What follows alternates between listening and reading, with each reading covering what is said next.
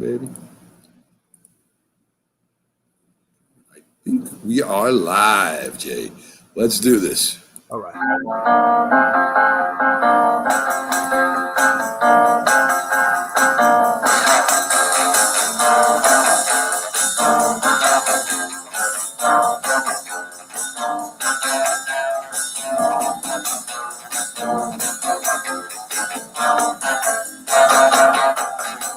The best things in life are free, but you can get up to the birds and bees. Yeah, that's what we want, folks. Welcome to the first show of Mac and Mac's Top Picks. And we're doing this sort of like a warm-up, Jay, like preseason, right? This is the last game coming up between a lot of teams. And this is their last go-through. So I figured we'd come on live and have a little fun here and try to see how good we really are at this. Last year, Jay, I picked on the Twitter handle that we have, and I went 70%. I went 3 weeks in a row. I went 3-0 with my best three. So I think I know what I'm doing here. I don't know what kind of experience I don't know what kind of experience you have at this, but I think that us two know as much we know about football, which we both know about a lot about football, that we can give the people that are watching a little bit of heads up and where to put their money. Gambling's legal now. It's a wide open thing out there, Jay. Oh yeah, absolutely it is. I mean, you turn around. I mean, you can put a bet anywhere you want to put nowadays with DraftKings and all the rest of the institutions that are out there. I mean, it's crazy. Yeah, the states have opened it up, folks. So I mean, all these things are legal. You ain't got to worry about the bookie next door anymore. I don't want to put them out of business because I had a lot of friends that were bookies, but now it's legal. So Vegas is coming out with lines. Of course, money's a big part of football. Always has been since I can remember, anyway. So me and Jay, we call it Mac and Mac because we're both. I guess we're Irish. I know McGrath and McLovin, I guess, is Irish, and we're both Mac's my nickname, and we'll call you Mac too for this show. So let's get to a little bit of NFL news, and what we'll do here, Jay, is we'll go over the NFL news building up to Thursday night. Of course, we have the Thursday night game that we can break down next week, and I think that's Dallas and the Buccaneers, which should be a real good game. So we'll have a little fun with that. And really the NFL news, Jay, it's all about the quarterbacks, right? I mean, you got Lawrence, who's been named the starter, which, of course, we knew that. You got Bridgewater named the starter over in Denver. What did you think about that with that move, Locke or Bridgewater? I mean, Bridgewater's been all over the place. Well, they just traded a draft pick for Bridgewater. It was a low round draft pick, but they did. Nevertheless, they did. So they obviously saw something in him, and they obviously weren't completely sold on Locke, obviously. So, and then, of course, they come out and said that the competition was relatively even. So it's very hard for them to really pick a true quarterback. I think they're just going to go with Bridgewater because they took the chance on him. They've kind of seen a little bit last year with what Locke had, even though Locke kind of got screwed over a little bit with the injury-shortened season, with COVID and all that. So you didn't really get a good full preseason in. So I think they're just kind of looking to see what they have. And then since I guess the competition is so close that they just said, we're gonna take a chance on Bridgewater. We haven't really given him too much, and we're gonna see what he does. I think they're gonna take a chance on him, and if it doesn't pan out, if something goes wrong, then they always got Locke in the background, and they'll just throw Locke in there. Yeah, I mean, I think Locke has more upside. I think Bridgewater could be a good game manager. Maybe that's what the Broncos are looking for. Locke seems almost like a not Brett Favre, but he's kind of a gunslinger. He takes more chances. Bridgewater, everywhere he's been, it seems like, Jay, he was with the Jets. He was with Minnesota. He won with the Saints. I think he went 5-0 with them. Yeah. And then he went to they got a good contract with Carolina, and then they ended up getting rid of him. So is he another Ryan Fitzpatrick? Is that what he's going to be? Yeah, I really do. I think he's just kind of a journeyman quarterback. He just has not been able to settle in and be, that guy or that person. I think he's always been kind of a journeyman. People understand, man, Ryan Fitzpatrick is an amazing quarterback. He just, if you look everywhere Ryan Fitzpatrick has ever gone, if they don't get to the Super Bowl, they have gone from crap to really decently good, or crap to playoff contender. Maybe not Super Bowl winner, but definitely playoff contender. And and I think that's kind of what Bridgewater is. I think Bridgewater just has not been able to solidify or sink his teeth into one particular team, but he has had success everywhere he's gone. He's had success. I mean, they may not have been Super Bowl contenders, but he has gotten them into the playoff or at least a winning record. Yeah, I agree with that. So we got those named starters. COVID and Cam. Now, Cam didn't follow NFL protocol. The rookie quarterback's looking really good. Yeah. And Cam really don't seem to mind. It's funny when I watch Cam Newton, it's like he's all about the team. He'll help out the kid. He'll do his part. And maybe that's why the Patriots like him so much. I mean, what do you see there? Do you see Cam starting the season, or do you see the kid getting his shot right away? No, I think Cam will get the start. I mean, they got, Belichick still believes in him for whatever reason. I personally don't really like Cam Newton as of late. I kind of liked him at the beginning of his Carolina days, but I really was never fully a Cam Newton fan. So, but for whatever reason, Belichick likes him, and he knows that he does not have to rush Mark Jones or Matt Jones, and he doesn't have to run him into the lineup right away. He can take his time with that. And if Cam doesn't pan out, that he knows he has Jones in the wings, and then he could bring Jones in. But I don't think you have to rush to get him right into the lineup right away. I think he can groom him a little bit more and then put him into the fire. But worst case scenario, you saw what he did with Brady. Brady came in a 6th-round draft pick. Drew Bledsoe just didn't pan out or whatever. He was fading out, and he had no problems pulling the trigger. And of course, once Brady got in there, he never relinquished the reins, and he just took it from there. And that could be very well what Mac Jones does. I agree with you there too. I think Cam gets to start. It looks like Dak Prescott is ready. He's not going to play in the last preseason game. They're going to hold him off till the regular season. Good or bad? Do you think he should get a little bit of work anyway in? Yeah, I always feel like you need to get at least one preseason game in just to kind of get some of the rhythm going with your first team starter. But a guy like Dak, he knows what to do, and he has already had chemistry built up with CeeDee Lamb and with Amari Cooper. The big thing is going to be, can they get Ezekiel Elliott going with that offensive line, and can that offensive line come in fully healthy? Because that offensive line is going to determine how successful the Cowboys really are. And again, we're in agreement. It looks like Dan Jones will be starting the first half against the Patriots. He hasn't played preseason all year, all preseason. Make or break for Jones this year? What do you think? I don't think it's a make or break. I think he's still on the cusp. No, I don't think it's a make or break. No. Okay, a lot of people are thinking that, and it looks like the Jets, of course, their rookie, they're really happy about him. He's been playing really well. Hasn't been outstanding yet, but he's a rookie. He's been putting drives together, driving down the field. Right. Throwing a touchdown here and there. They're going to go with him. And so far, it looks like to me, Jay, that the Mac Jones and Zach Wilson are probably the best two in preseason right now. I mean, even right. Trevor Lawrence has been having his problems, protecting him and stuff. So it looks like those two in the AFC East either are going to have a starter this year or the future's looking good at quarterback anyway. Absolutely. Lawrence is gonna be fine, man. He's gonna be okay. I think he just having, you got a new coach, you got a new system, you got a new quarterback. So, it's gonna take a little bit of time for all that stuff to gel and come together. So I'm not really putting too much pressure on Lawrence right now. And they have Gardner Minshew. I mean, obviously, if he does struggle a little bit, they have Gardner Minshew. They can throw him in there, let Trevor Lawrence get a little bit more seasoning, and then bring him back. I don't think he's going to be considered a dud if he doesn't necessarily work out at the very beginning of it. But obviously, he wants to make a good impression. Good impressions are still good impressions. So, with the other ones, Zach Wilson, Zach Wilson's looking pretty good right now. Honestly, given the limited team that he has, he hasn't done too bad at all. He hasn't turned the ball over a lot.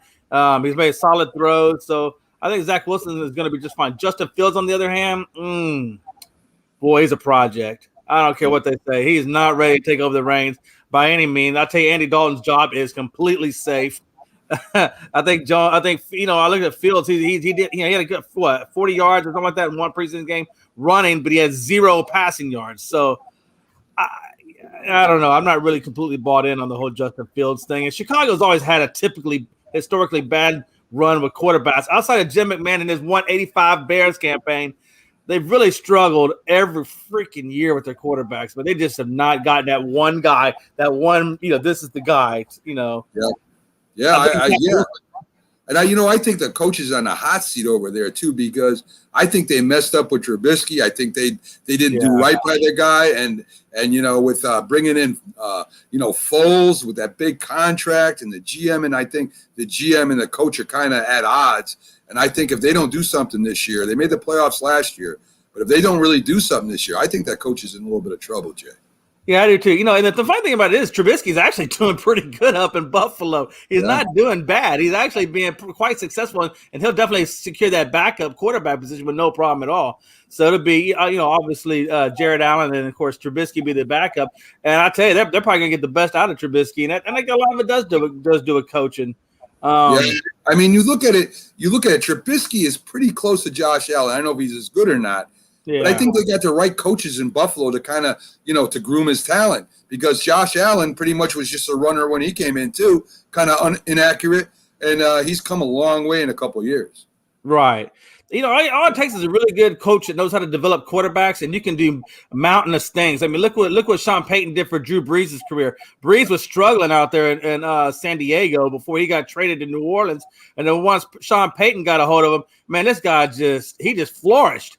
And now look at Winston. When Winston, he was struggling in Tampa, but then he comes to New Orleans under Sean Payton. And now that guy, I mean, he's very, very solid quarterback right now for the Saints. Matter of fact, so that he could wind up catching the starting role there over Taysom Hill.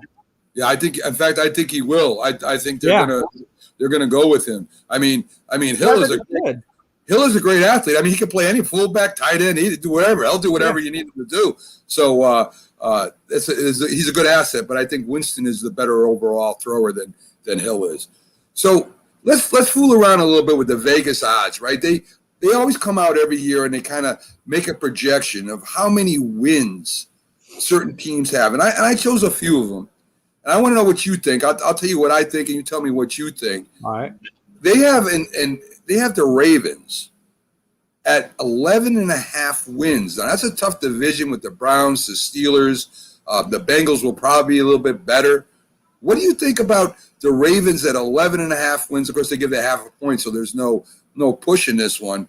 What do you think about? Do you think the Ravens will win more than 11 games? Or oh yeah, less? Yeah, I do. Lamar Jackson just seems like the real deal, and what they're mounting up there in Baltimore is just phenomenal. And I do think he let's see, we got 17 games. I think 12-5, 13-4 is not unrealistic. Not unrealistic at all, actually. So you think the Ravens, even in that tough a division, Jay, are gonna have over 11.5 wins? So you're saying they're at least gonna have 12? I believe at least 12. Yeah, absolutely, I do. Wholeheartedly. I agree with you. I think the Ravens might win that division this year. Everybody's talking about the Browns, and the Browns have a good team, but Baltimore is a tough team, and I think with the quarterback there and maybe that new receiver, they have a good running game too and a great defense. I'm with you. I think they win at least 12 too. So we're in agreement there. We both think the Ravens will win over 12 games. Oh, absolutely. And Lamar is just getting better and better every year at quarterback. I mean, the guy's ceiling he still hasn't really hit his ceiling yet. So there's a lot of room for him to continue to grow, and he's growing every year. I agree. The Chiefs, they have also at 11.5. Now, I mean, is it a sucker bet or something? Shouldn't the Chiefs at least win 12 games this year? Yeah, I can't imagine the Chiefs not getting 12. I mean, these guys were in the Super Bowl last year, and they had more than 11 wins last year. So I can't imagine those guys not having, 12 or 13 plus wins. Yeah.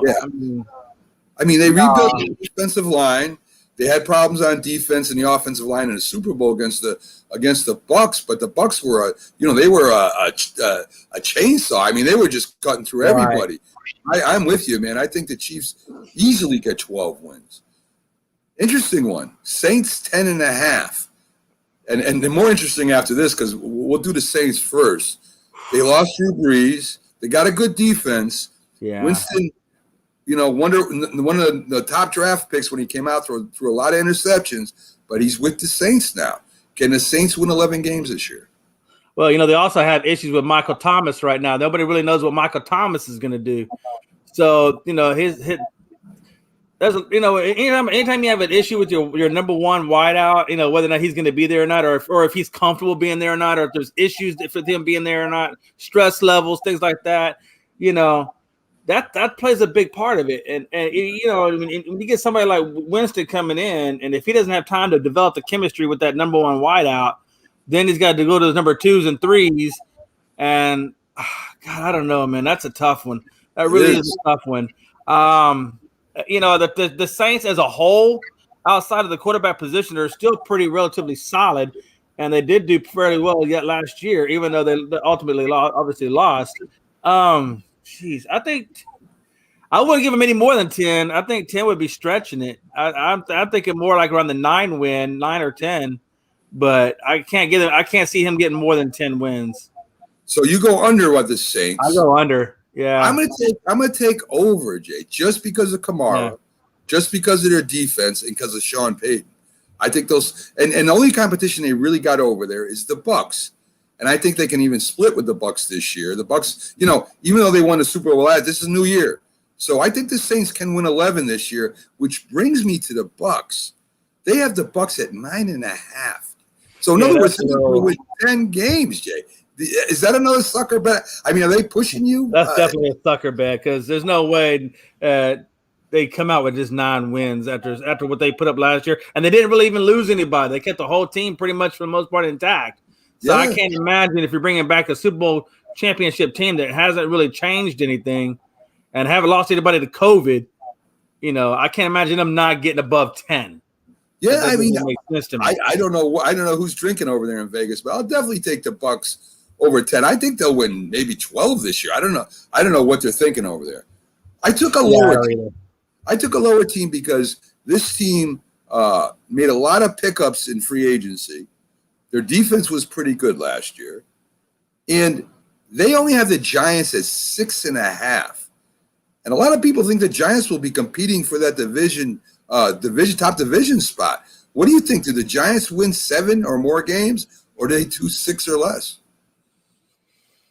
Oh man, Jad, NFC East was such a rough division last year. I mean, 7-9 was almost first place, or was dang near first place. So 6 wins. Yeah, I would go with 7, maybe 6 or 7 wins. Not more than 7. They didn't really improve enough, in my opinion. They got Saquon Barkley back, but you don't know what Saquon Barkley you're getting. Are you going to get the injury-filled Saquon that gets hurt right off the rip? Or you're going to get a Saquon Barkley that can actually finish the season? Because Saquon Barkley, last time he finished the season, I can't remember when. So that guy's always getting hurt. So I don't think their running game is necessarily all that potent. So they're going to have to rely on their passing game. And I'm just not fully invested in that passing game, even though I know, Jones is not a bad quarterback. Daniel Jones isn't, but I don't know that he's above 7 wins quarterback. Yeah, not the team that they have. I'm going to go over. I like the Giants. I think the Giants defense is really underrated. They got a really easy schedule. If they can't get 8 wins this year with the schedule, I don't know if you looked at their schedule, but it's one of the easy NFC East besides the Redskins has one of the easiest schedules in the league. If they can't win 7 games this year, then I think there's a lot of people who are on the hot seat. So I'm going to take the over with that. I think Saquon won't be used as much as he has in the past. They got Booker there. Booker has played really well in preseason, so we'll see what happens there. So we both agree with that it'll probably be over. We both agree that the Bucs will win 10 or more games, that the Chiefs will win more than 11.5, which is 12 or more. Ravens will win 12 or more, and that the Saints will. You sit around. I'll pull up that Saints schedule, and I can go through it real quick. Cardinals, that's going to be a tough game for them. Cardinals always going to play pretty tough, especially with DeAndre Hopkins, Kyler Murray. I think the Cardinals win that game. Actually, I think Cardinals will win. I think Packers will win, but they got the Panthers. That'll be a win, or that'll be a loss. Excuse me. What I'm saying is Cardinals will win that game. Packers will win that game. So that's 2 losses right there. Plus, they got to play the Patriots. That could be borderline. Then they play the Giants, and they play Washington. Then they play the Seahawks. That could be a possible 3rd loss right there, depending on how well the Seahawks defense comes together. Then they play the Buccaneers twice. So that's like 5 losses right there. They play the Bucs twice. They ain't going to beat the Bucs. There's no way. Falcons could be a tough opponent for them. Titans could be a tough opponent for them. Then they play the Eagles, and they got the Bills. So that's like 6 right there. I think the Bills are going to beat them. Cowboys, I think that could go either way. They play the Jets, and then they got the Dolphins, the Panthers, Falcons twice. So, yeah, you're looking at least 6 or 7 losses. I think if they get to 10, I mean, I think they're doing great. I don't know. I don't think they're above 10. I just don't think the Saints are going to do it.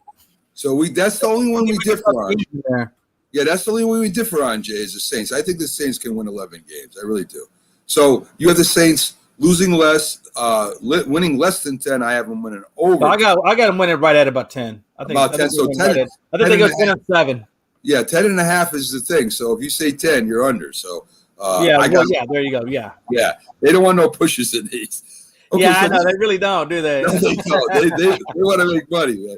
So let's look at the preseason games. Very hard to predict, of course, because we don't know how much the starters are going to play and how much the second and third stringers are going to play. They got to cut down their rosters. But let's have a little fun here. You have the Colts favored by 3.5 versus Detroit. What do you think about that? Man, Colts are going to kill Detroit. Everybody knows that. Detroit's a horrible team. I had a friend of mine once say that Detroit is where careers go to die. So, and I just can't. Hey, no offense, but Jared Goff. Hey, I know you did well over there. Hey, you did halfway decent with the Rams, but this ain't the Rams. This is the Detroit Lions. Yeah. And you got DeAndre Swift if he can stay healthy. Their wide receiver core is almost non-existent, so you're not going to get a lot of help there. Nor will you get a lot of help on your offensive line. So I think the Eagles, or excuse me, not the Eagles. I think the Colts beat the Lions by way more than just 3. I do too. I think they at least by. I think that's more like 10. I think they beat them by like 10. The point spread on that over under is 32 points. See, again, that's tough. A lot of the preseason games are low scoring. Most of them. Right. But something like this, I could see the Colts going over. I could see the game going over 32 points. Just on the Colts alone, the Colts may score 32 points. I think that's over, and I'm with you. I think the Colts win by more than 3.5. Oh, I'm pretty sure Carson Wentz can do something over there to get him up to 32 points. Yes. If he's playing, right? I mean, he is quote unquote on track to play week 1. Okay. He's 3 weeks out, so there's a little bit of gray area there. But I would not be surprised one bit that Wentz doesn't come out and play week 1. I think he will play week 1. I really do. I do too. But I think it's a smart thing. I don't know, man. I think they should rest him maybe a couple more weeks because taking a bone out of your foot is quite a bit. So, but hey, they're the subject matter experts in terms of health and what a player takes. So I guess we'll see what happens. I agree with you.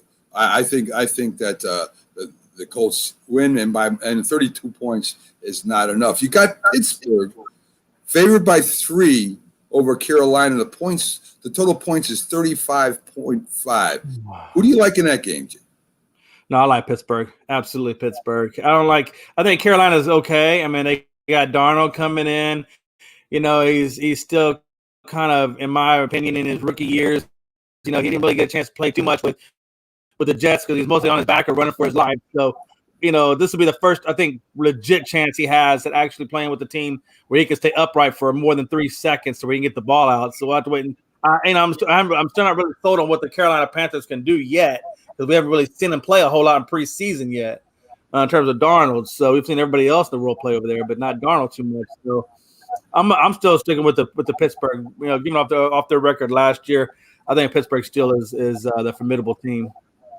I like Pittsburgh too. I don't think they'll be over 35 points scored though, Jay. I don't think the starters will play long enough to get up to that. Both got pretty good defenses. Yeah. Okay, so I think the Steelers though edge them even on defense. I think they edge them a little bit.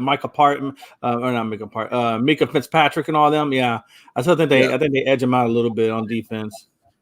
Okay, so we're in agreement on that too. We've got the Colts minus 3.5, and we got Pittsburgh minus 3. Right. So Philly is getting 3.5 against the Jets.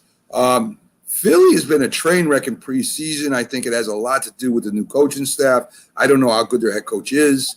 And then you got the rookie quarterback who really hasn't – I call him a rookie because he hasn't even played Right. 16 games yet. So there's going to be a big learning curve there. I don't know how much Hurts plays. I imagine the Jets quarterback, they'll want to protect him a little bit this game, but I like the Jets, minus 3.5. Yeah, obviously this is Hurts full season. Yeah, there's no real true, sense of how he's going to play, because I just haven't seen enough of him yet, honestly, to really make a good guess. But then again, I look at the Jets. Man, the Jets, God, they got so many freaking injuries over there. Lawson went down. I think the other two guys that named went down. Davis went down. They've got some injuries over there, and it's the injury issues with the Jets that always makes me a little nervous about it, and how well, Eagles still got a halfway decent defense, and how is Wilson going to stack up against that defense? Good question. God, that's a tough. That is a tough one. I mean, Wilson has to look pretty decent in preseason, but then again, it's only preseason, so there's so many unknowns in that game. I don't know how you make a legitimate guess off of that. I'm going to go with what I know, and what I do know is how well Philly's defense plays, and I do know that the Jets have a lot of injuries on their defense. So I think they could give up a lot of points, which could keep Russell Wilson slinging the ball. I mean, not Russell Wilson, which would keep Wilson throwing the ball a crap ton of times, or Zach Wilson throwing the ball a crap ton of times, which could lend him to picks and intercept fake-prone football. So I'm gonna stick with the Eagles on that one. All right, we got one disagreement. Beautiful. All right, so the next game up is Minnesota getting 3 versus the Chiefs. 38 points total for that. Again, hard to predict because it's preseason who's going to play more. But I got to go with KC minus 3 with the Vikings. Okay. Yeah. Yeah, if we're playing on preseason, that's such a hard thing to predict. I know, it's tough. It's not like Mahomes don't really have to play. I mean, it's going to be all their. Yeah, I'm gonna go with. I'll go with you on that one. I think Minnesota pulls that one out, but just because it's preseason. So do you like? I like KC minus 3. Who do you like? Minnesota. No, I like KC minus 3. I'll go with KC minus 3. Okay, how about the 38 points? You think that's too much for preseason? Yeah, I think for preseason it's going to be a little too much. I think more like in the low 30s or high 20s. Yeah, I agree. With I that see on that one. Interesting. Green Bay getting 8 versus Buffalo. Now, I mean, yeah, it's preseason, but I imagine, well, maybe Rodgers doesn't play. Does Josh Allen play? And as you said, Trubisky's playing good. Green Bay has a pretty decent defense, a good running game, a decent offensive line, not the best. And Buffalo, their running game's was a little suspect last year. A lot of injuries to the offensive line.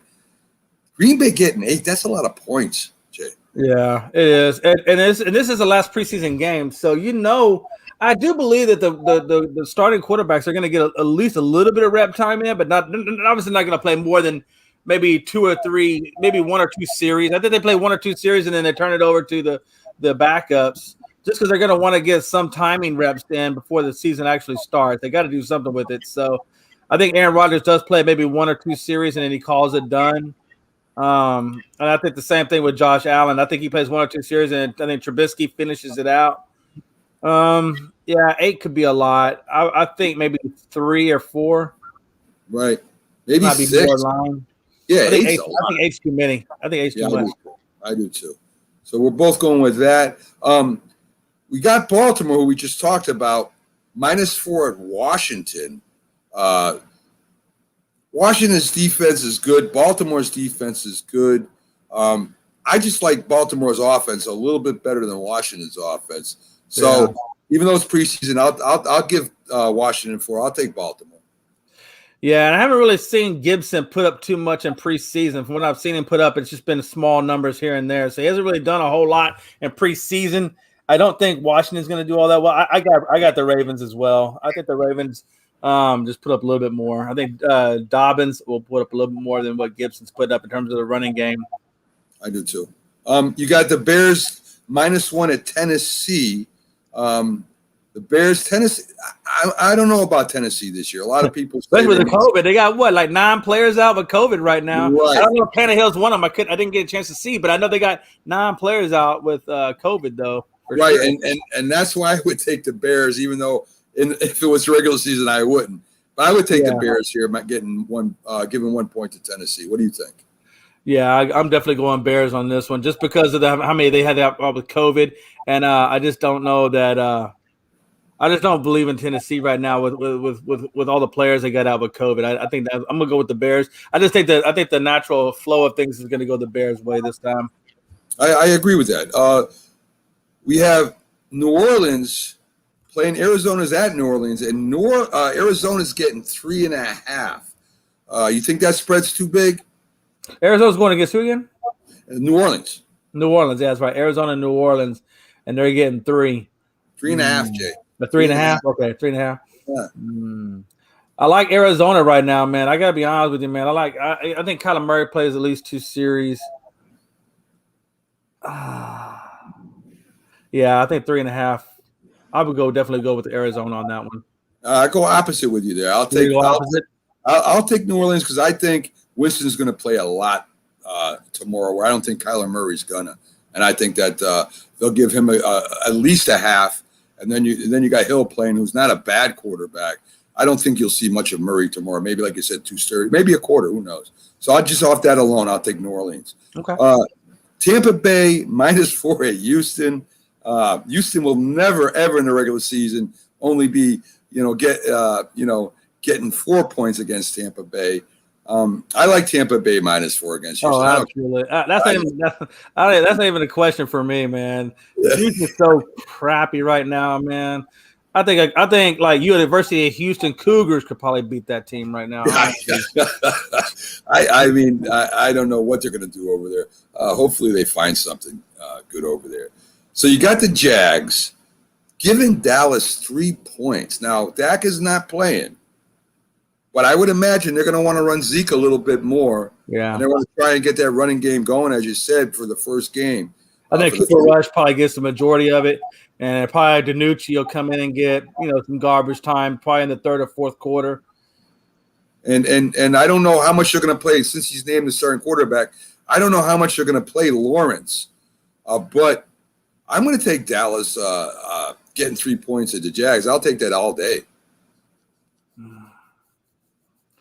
Yeah, I'm really contemplating this because I want to say Dallas, but what? Somewhere in the backside of me, in my back of my head, I just keep hearing "Go Jacksonville, go Jacksonville." I think they're going to turn. I think Lawrence turns it up, and I think oh man, I tell you, the internal conflict on this one. You know what? I'm going to go. No, I hate going against my Cowboy. I'm a Cowboys fan. I hate saying bad against them, but you know what? For some reason, I just feel Jacksonville. I'm going to go Jacksonville on this one. Okay, all right, cool. I mean, that's excellent. So the Jags giving Dallas 3. Wow, Jay goes with them. I know Dallas is your team, but I bet against my team all the time too. So I'm taking Dallas. All right, so we got the Pats against the Giants.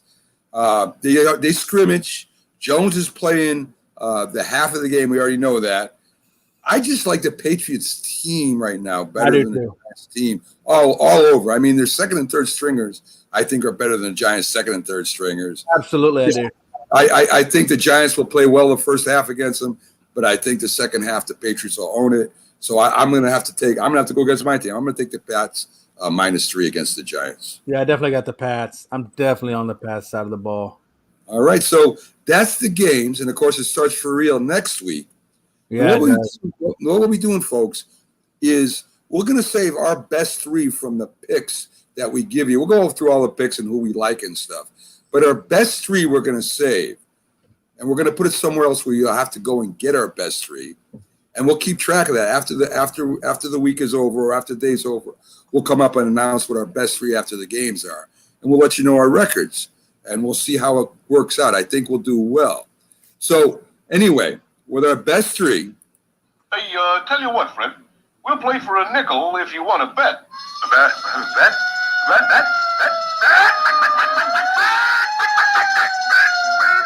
That's right. We're gonna be giving your best 3 bets out there. My best 3 for this week, Jay. I like Denver +9 at the Rams. I think they both have decent defenses. I think that the Rams aren't going to play Stafford that much. I just like the points. I think Denver will keep it close, and I think 9 points is a lot of points to give up, especially during the preseason. So my first pick would be Denver +9. That would be my first best 3 bet. The Pats -3, as I said, I like the Pats team overall right now better than the Giants. They're second and third stringers. And then I like the under with the Eagles at the Jets at 33.5 points. I don't think that many points will be scored by those two teams. I mean, I don't think the rookie will play that much. And even if he does, as you said, the Eagles defense is no slouch. They'll give him a tough game. I don't know how good Hurts is, really, like you. I think the Jets defense, with that head coach being a defensive coordinator, I think their defense is going to be really good this year. So that would be my third pick. So it would be Denver +9 at the Rams, Pats -3 versus the Giants, and the under score with the Eagles and Jets at 33.5. I could see maybe 21-10 or 17-13 or something like that. What do you got? Yeah, I definitely like the Denver. I like the Denver by 9. I definitely like that game. I like the Eagles versus Jets, and then the last one I like is Arizona over Saints.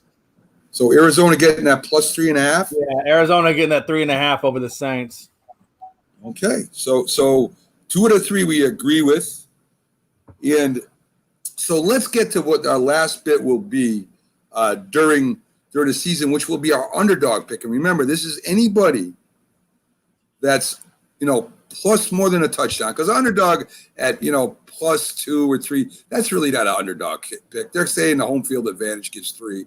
So There's no need to fear. Underdog is here.